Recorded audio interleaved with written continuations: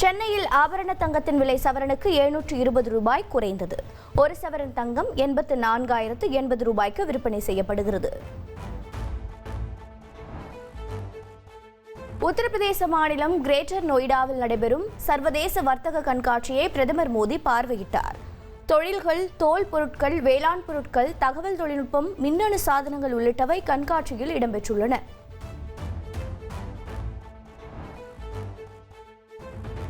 முதல் முறையாக மொபைல் லான்ச்சரிலிருந்து ஏவப்பட்ட அக்னி பிரைம் ஏவுகணை சோதனை வெற்றியடைந்துள்ளது. இந்திய பாதுகாப்பு ஆராய்ச்சி மற்றும் மேம்பாட்டுக் கழக விஞ்ஞானிகளுக்கு பாதுகாப்புத்துறை அமைச்சர் ராஜ்நாத் சிங் பாராட்டு தெரிவித்துள்ளார்.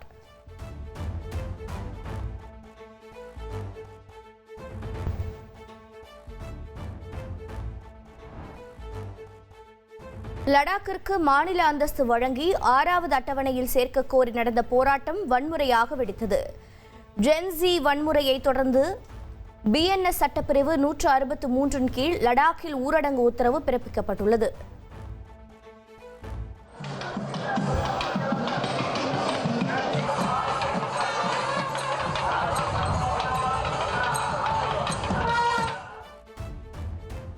திருப்பதி பிரம்மோற்சவத்தின் 2வது நாளில் சின்ன சேஷ வாகனத்தில் மலையப்பர் சுவாமி பத்ரி நாராயணனாக பக்தர்களுக்கு காட்சியளித்தார். 4 மாட வீதியில் திரண்டிருந்த பக்தர்கள் பெருமாளை மனம் குளிர தரிசனம் செய்தனர்.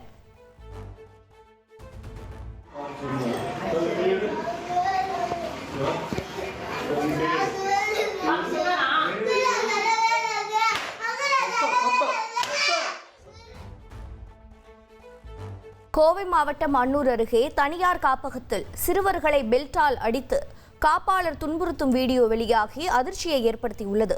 காப்பக காப்பாளர் மீது சட்ட ரீதியாக நடவடிக்கை எடுக்கப்படும் என கோவை மாவட்ட ஆட்சியர் உறுதியளித்தார். தர்மபுரி அருகே குழந்தை திருமணத்தை கண்டுகொள்ளாமல் இருக்க 50,000 ரூபாய் லஞ்சம் வாங்கிய வழக்கில் பாலக்கோடு இன்ஸ்பெக்டர் சஸ்பெண்ட் செய்யப்பட்டுள்ளார். துறை ரீதியிலான விசாரணையில் குற்றச்சாட்டு உறுதியான நிலையில் தர்மபுரி எஸ்பி மகேஸ்வரன் உத்தரவை பிறப்பித்துள்ளார். 2025-26 ஆண்டிற்கான புதுமை பெண் மற்றும் தமிழ் புதல்வன் திட்டங்களை முதலமைச்சர் ஸ்டாலின் மற்றும் தெலுங்கானா முதலமைச்சர் ரேவந்த் ரெட்டி ஆகியோர் தொடங்கி வைக்கின்றனர். 2,57,000 மாணவர்கள் பயன்பெறும் இந்த திட்டங்களுக்கான தொடக்க விழா சென்னையில் உள்ள நேரு உள் விளையாட்டு அரங்கில் நடைபெறுகிறது. சென்னையில் அரசியல் ரீதியாக யாரையும் சந்தித்து பேசவில்லை என அதிமுக முன்னாள் அமைச்சர் செங்கோட்டையன் விளக்கம் அளித்துள்ளார்.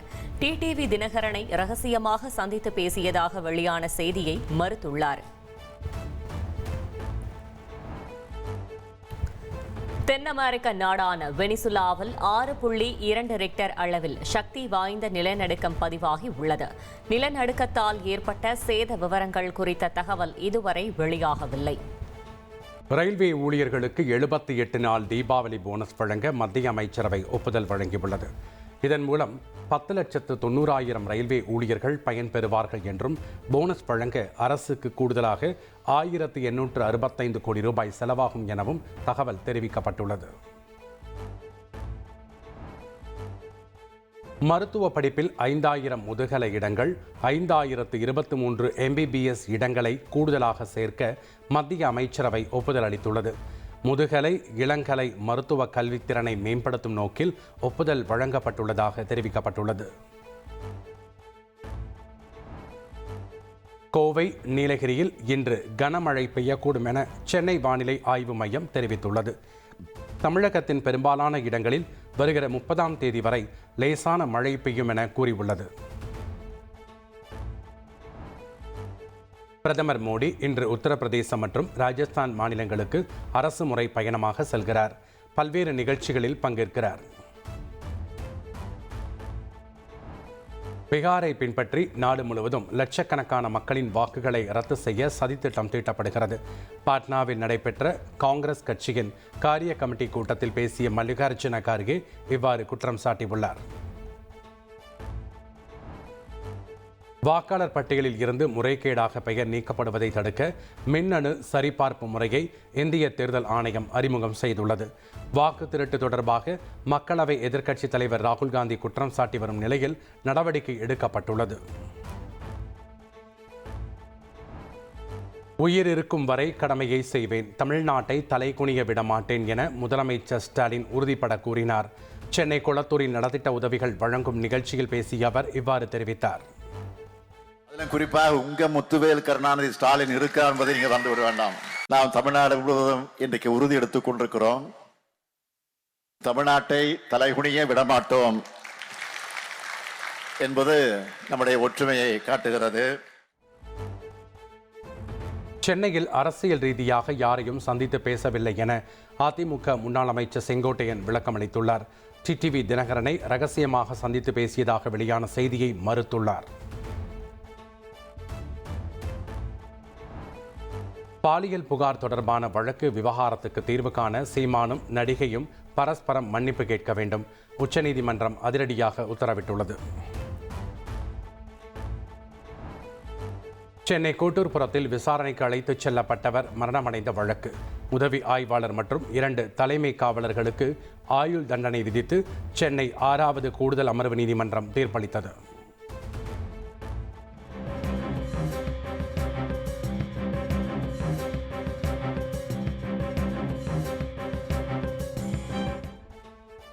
வேலூர் மாவட்டம் குடியாத்தத்தில் மிளகாய் பொடி தூவி வீட்டின் முன் நின்றிருந்த 4 வயது சிறுவனை ஹெல்மெட் அணிந்த மர்ம நபர்கள் காரில் கடத்திச் சென்றது அதிர்ச்சியை ஏற்படுத்தியது. திருப்பத்தூர் மாதனூர் அருகே விட்டுச் சென்ற நிலையில் 2 மணி நேரத்தில் போலீசார் பத்திரமாக மீட்டனர். குடியாத்தத்தில் மிளகாய் பொடி தூவி 4 வயது சிறுவனை கடத்திய பாலாஜி என்கிற இளைஞர் கைது செய்யப்பட்டுள்ளார். தப்பியோடிய விக்கி என்பவரை தேடி வரும் போலீசார் கைதான பாலாஜியிடம் தீவிர விசாரணை மேற்கொண்டு வருகின்றனர். ஜம்மு காஷ்மீரில் பஹல்காம் தாக்குதலில் பயங்கரவாதிகளுக்கு உதவிய முகமது கட்டாரியா என்பவரை போலீசார் கைது செய்துள்ளனர்.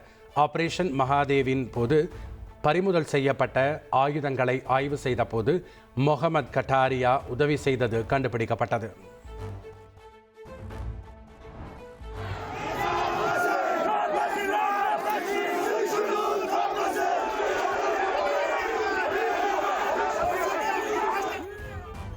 லடாக் யூனியன் பிரதேசத்தின் லே நகரில் இயங்கி வரும் பாஜக அலுவலகத்திற்கு தீ வைக்கப்பட்டது. லடாக்கிற்கு மாநில அந்தஸ்து வழங்க கோரி நடைபெற்ற போராட்டத்தில் மக்களுக்கும் போலீசாருக்கும் இடையே ஏற்பட்ட மோதலில் 4 பேர் பலியாகினர். லடாக்கில் ஏற்பட்ட வன்முறைக்கும் காங்கிரசுக்கும் தொடர்பில்லை என போராட்டக்காரர்கள் திட்டவட்டமாக மறுத்துள்ளனர். 5 ஆண்டுகளாக வேலை வாய்ப்புகள் இல்லாத விரக்தியில் ஜென்ஸி தலைமுறையினர் போராட்டத்தில் குதித்ததாகவும் ஆவேசத்துடன் தெரிவித்தனர்.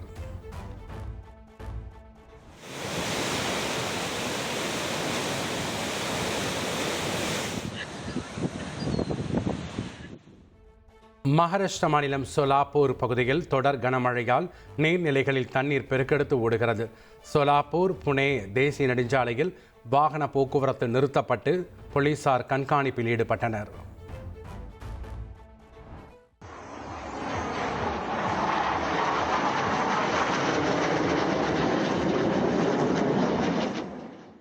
இந்திய விமானப்படை MiG-21 என்ற போர் விமானம் ஓய்வு பெறுவதை ஒட்டி வான் சாகச நிகழ்ச்சிகளுக்காக ஒத்திகை சண்டிகர் விமானப்படை தளத்தில் நடைபெற்றது.